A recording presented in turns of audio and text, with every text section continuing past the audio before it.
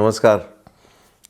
आचार सली चैनल में आप लोग का स्वागत है। आपको ध्यान होगा कि मैंने नेताजी सुभाष चंद्र बोस पे लगभग 2 वीडियोस अपने चैनल में अपलोड किए थे और उसके बाद एक लंबा सिलसिला चला, लोगों से भी काफ़ी जान पहचान हुई। उनके कुछ परिवार वालों ने मुझे फ़ोन करके मुझसे बहुत लंबी बात की। सरकार ने नेताजी को याद किया, खासतौर से 23 जनवरी को उनका जन्मदिन था, उसको लेके भी काफ़ी एक्टिविटीज़ हुई। आपको ध्यान होगा मैंने अपने वीडियोस में कहा था कि वो अभी भी हैं।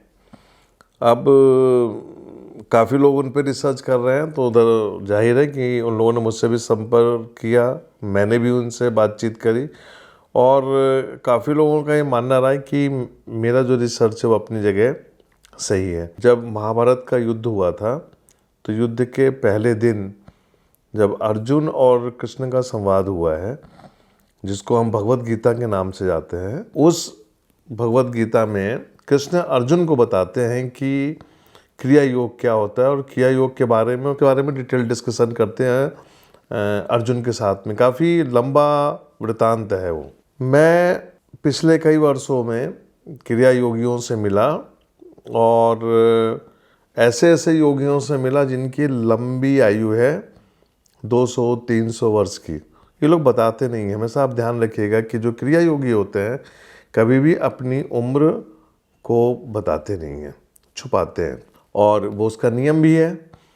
और आपने देखा होगा कि मैंने अपने चैनल में कुछ इन्फॉर्मेशन बताई थी कि किसकी कितनी उम्र है। पिछली जो मेरी यात्रा थी उसमें मैं फिर क्रिया योगियों से मिला और क्रिया योग के बारे में काफ़ी कुछ सीखा और उसको समझा और उसकी प्रैक्टिस करी। और मैं अपने फॉलोअर्स को बताना चाहता हूँ कि जब मैं प्रैक्टिस के दौर में था तो एक बहुत अच्छा अनुभव रहा कि जो इस प्रैक्टिस को करते हैं क्रिया योग को, जिनको 10-10, 15-15 साल लगते हैं एक्सपर्ट बनने में, वो मुझे हफ्ते भर में उसकी ज्ञान मिल गया। मतलब मुझे काफ़ी कुछ समझ में आ गया कि क्रिया योग क्या होता है। मैंने उसी क्रिया योग की साधना के दौरान मैं कई लोगों से कनेक्ट हुआ जो कि अभी भी जीवित अवस्था में हैं लेकिन साधना में है। क्रिया योग में ही आपने सुना होगा द्वि शरीरधारी या एकदम से गायब हो जाना, ये सब शक्तियाँ भारत में रही हैं और काफ़ी लंबे समय से रही हैं। हम लोगों ने इसमें काफ़ी काम किया है, इसमें कोई दो राय नहीं है। और उसी दौरान जब मैं काफ़ी रिसर्च कर रहा था तो मैं कनेक्ट हुआ था और उसके बाद मैंने अपने चैनल में बोला कि नेताजी आएंगे, क्योंकि ये एक मैसेज था कि वो आएंगे। अब मेरे जो फॉलोअर हैं वो जानना चाहते हैं कि यदि वो आएंगे तो क्या वो गए क्यों थे। ये सब राजनीतिक चीज़ें हैं, मैं उस पर नहीं जाऊंगा कि ऐसी कौन सी समस्या थी कि नेताजी एकदम से गायब हुए, कौन सी चिट्ठियां थी, वो सब कुछ गूगल में अवेलेबल है। आप जाइए, पता लगाइएगा कि 1947 में क्या परिस्थितियां थी। फिर एक लंबी कहानी आई कि अयोध्या में जो गुमनामी बाबा थे वो सब थे। तो कहीं ना कहीं उन बातों में सच्चाई है, लेकिन हम लोग की भी एक लिमिटेशन है कि हम बहुत ज़्यादा उस पर चर्चा नहीं कर सकते। लेकिन मैं अपने फॉलोअर्स को बताना चाहता हूँ कि नेताजी की जो कुंडली है उसमें हमने मृत्यु के सब पैरामीटर लगाए थे। जिस समय उनका बताया गया था उनकी मृत्यु नहीं हुई थी, इसमें कोई दो राय नहीं, क्योंकि वो अभी भी हैं, मैंने आपको बताया। तो हमने पूरी कुंडली को 23 जनवरी 1897 को उनका जन्म है, तब से लेके आज तक उस कुंडली को बहुत बारीकी से देखा। तो जो मृत्यु के योग होते हैं वो इस कुंडली में लगते ही नहीं है। तो ये तो ही एक एस्ट्रोलॉजी की कैलकुलेशन। दूसरी बात ये होती है क्रिया योग के थ्रू कनेक्ट होने की। तो वहाँ से एक इन्फॉर्मेशन आई जो मैंने अपने फॉलोअर्स को बताई। मैं आप लोग को फिर बताना चाहता हूँ कि ये कुछ समय की बात है।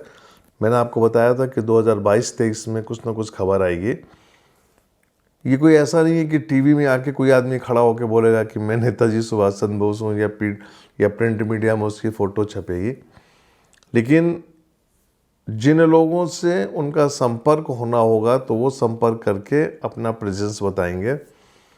मैं आप लोग को बताना चाहता हूँ कि उस दिव्य पुरुष को कोई सत्ता या राजनीति में कोई दिलचस्प नहीं है, क्योंकि एक उम्र के बाद आदमी नेचर के करीब पहुँचता है, नेचर को जानता है और अगले जन्म में जाने की बात करता है, मोक्ष की बात करता है। क्रिया योग में यही एक सब चीज़ें हैं।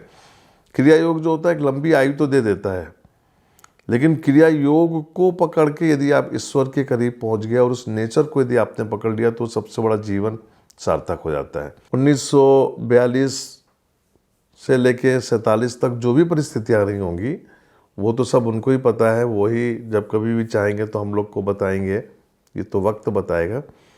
लेकिन मैं अपने फॉलोअर्स को बताना चाहता हूँ कि वो हैं, इसमें कोई दो राय नहीं है। और जितने भी क्रिया योगी हैं जिन्होंने अच्छी प्रैक्टिस की है वो उनसे कनेक्ट हो जाते हैं। मैं अपने कई वीडियोस ला रहा हूँ अपने दूसरे चैनल में, जिसमें मैं आप लोग को बताऊँगा कि मैं किन किन लोगों से कनेक्ट हुआ और क्या क्या बातें हुई।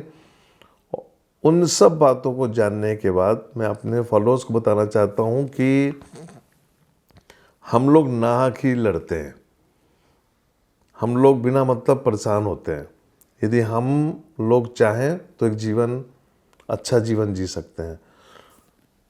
कुछ समय की बात है, जैसे ही सूर्य कनेक्ट होगा कुंडली में, हमको कहीं ना कहीं से कोई इन्फॉर्मेशन आएगी। भारत की कुंडली में जब चंद्रमा की महादशा में गुरु के अंतर में सूर्य का प्रत्यंतर आएगा, मतलब आप ये मान चलिए कि 13 फरवरी के बाद, तो ऑलरेडी 13 फरवरी अब आ ही रहा है, तो इसके बाद से जो ग्रहों की जो स्थिति बनना शुरू होगी और बाद में शनि का ट्रांजिट चेंज होगा, वहाँ से जाके आपको कुछ इन्फॉर्मेशन मिलेगी।